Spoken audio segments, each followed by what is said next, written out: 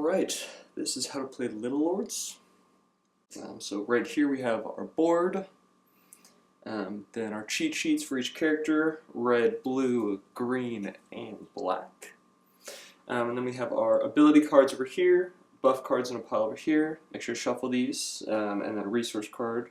Right here we have wood, metal, and food. And then on each side we have our red meeples here, just like this. And then our towers as well. And you get towers to build. You get points by putting them down. And then we have blue, black, and green. And then here are our caps, which you'll be putting on towers. And then our D20 die as well. So, to start, the setup, you're going to go around. Red starts first. So red will go ahead and put theirs, and every time you put one down, you're going to grab a card for whatever you put it down. So I put it on wood. I'm going to grab a wood card.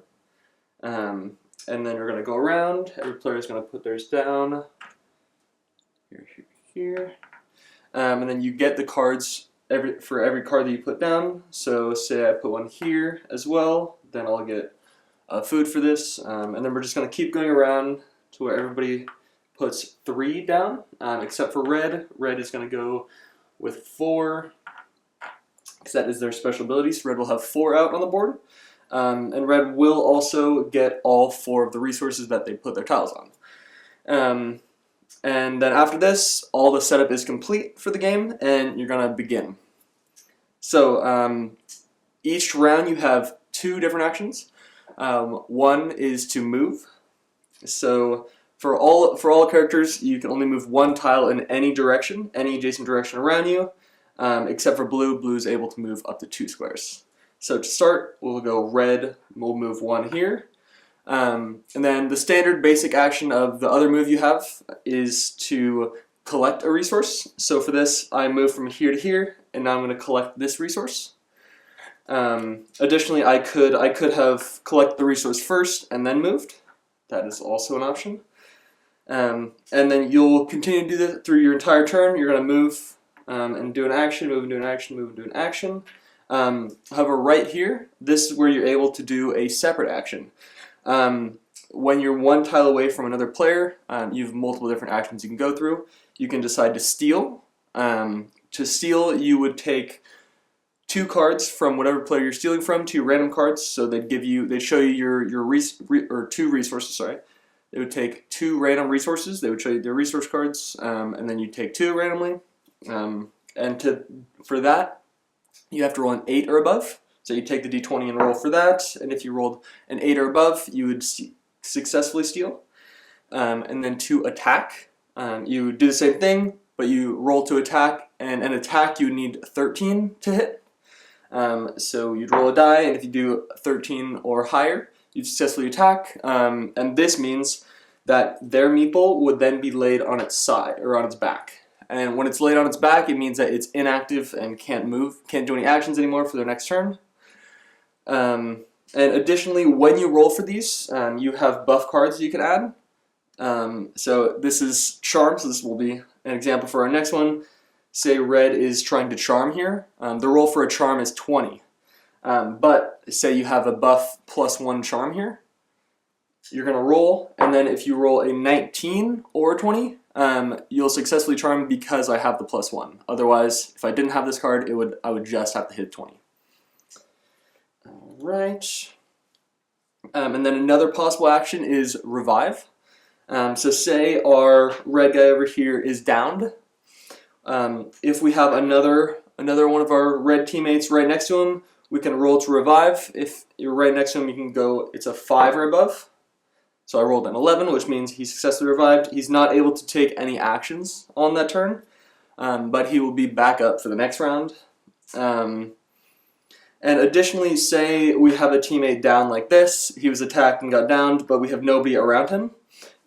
Every round that he's down, you can also roll and try to hit a 19 or a 20. If you hit a 19 or a 20, then he will be successfully revived without anybody being around next to him to save him.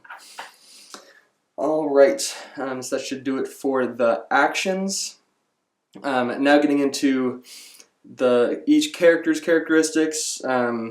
So red has 4 players that they start with, and they start the game every time, but they can only use 3 of their characters. So initial advantage, but it does kind of wear off later in the game. Blue is a cool action. They're able to move up to 2 spaces each turn. So blue has a lot of mobility. You can go and try to end the game early. And then black has a +5 to any of their rolls, which means if, say, they're going to roll to attack the blue right here, you roll, and if you're going to attack, the normal success on an attack is 13, so instead they have to roll an 8 or above because they have a +5 buff already. And then green over here, as we're getting to our crafting, they only need 1 wood to craft instead of normal 2. So to win the game, or your standard objective, is to build these towers. So as you can see on these cards as well, they have our little crafting recipes here. And on the crafting recipes it shows what you need to craft each thing. So your standard objective is to get these towers down. So green would only have to spend 1 wood to buy one of these, otherwise like everybody else would have to spend 2. So to place these down, say green is right here, and you're going to put a tower down. So that will get you 1 point for just the tower right there. And then say green also went over here and built a stake, or another tower. And this is also one of the actions. You can place a tower down. If you have 2 wood, you can spend the wood, put it back in the bank, and place a tower. All these towers connect. So now that he has 2 towers here, you get points for 1, 2, 3, 4 tiles.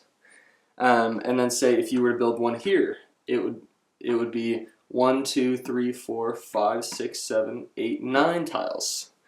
So you'd get points for all those, nothing in between them. But, however, if I were to build right here instead, like say this guy built here, there's not a direct horizontal, diagonal, or vertical line connecting them. So this would just get 1 point, and then these 2 would get all the points for the ones in between them. So you really want to focus on kind of correctly spacing your towers to get the max amount of points possible.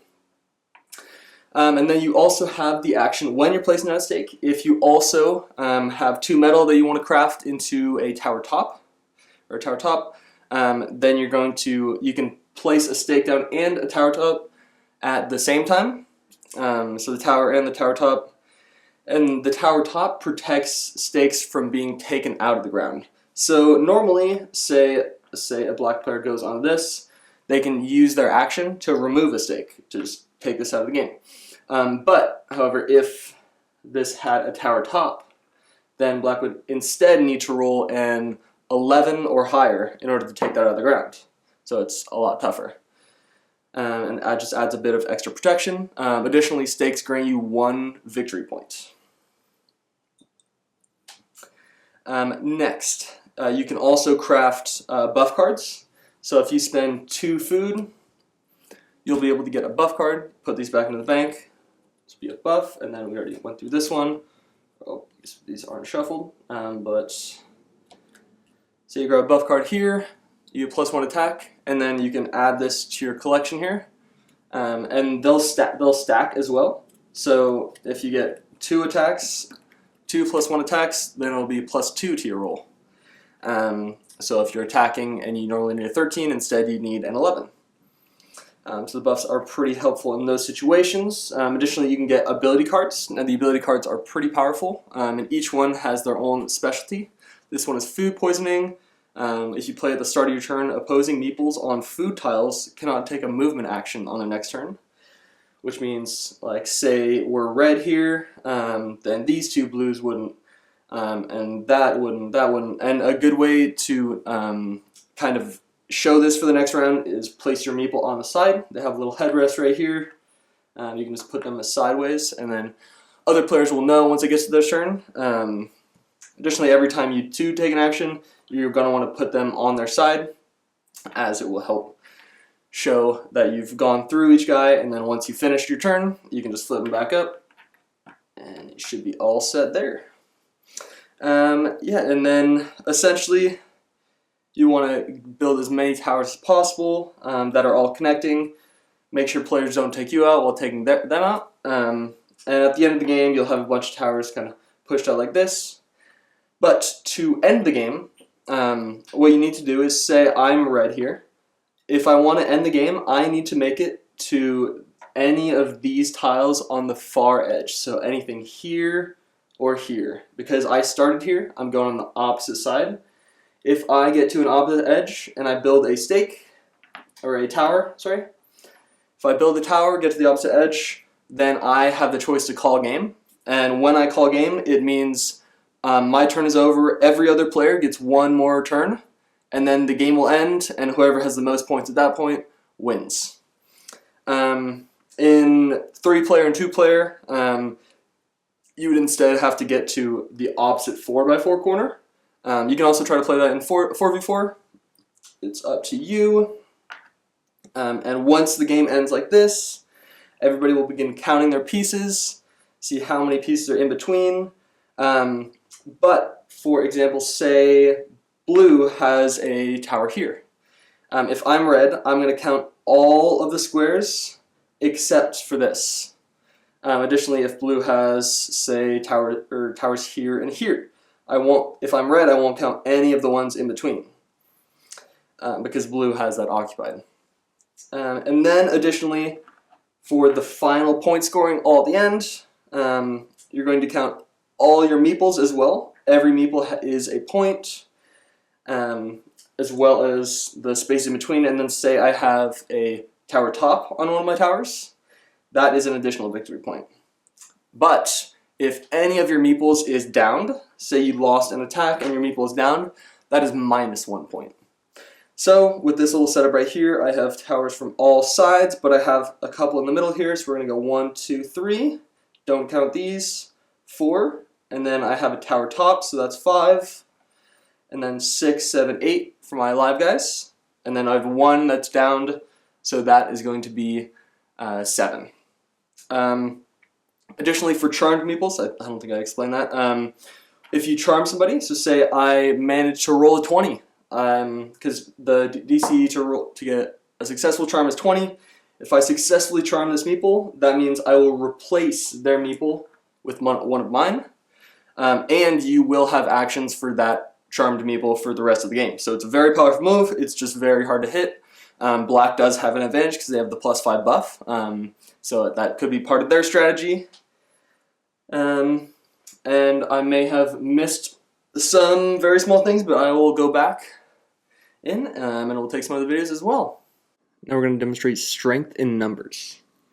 So strength in numbers, when you have meeples that are within one tile of each other, they get +2 defense to all steals, attacks, and charms. So let's say these two are together. That means they have +2 to any steals, attacks, or charms, which means, say, we're going to have green here is trying to steal from red. So normally, they would need to roll an 8 to be successful. However, with the +2, as there's somebody next to him, they would have to roll at least a 10 for it to hit. So here, they roll a 15, they still successfully stole. But, however, if we have another meeple right here, they both give +2 to each other. So the meeple in the middle has +4 defense, meaning if they tried to steal again, instead of a 8 to succeed, it would be a 12. So they roll again, and it is a 9, so it does not successfully steal. However, if they were to attack the ones on the outside, it would just be the +2, as there's only one of the same colored meeple next to them. So thank you for watching. That was a quick overview of all of Little Lords, and I hope you enjoy.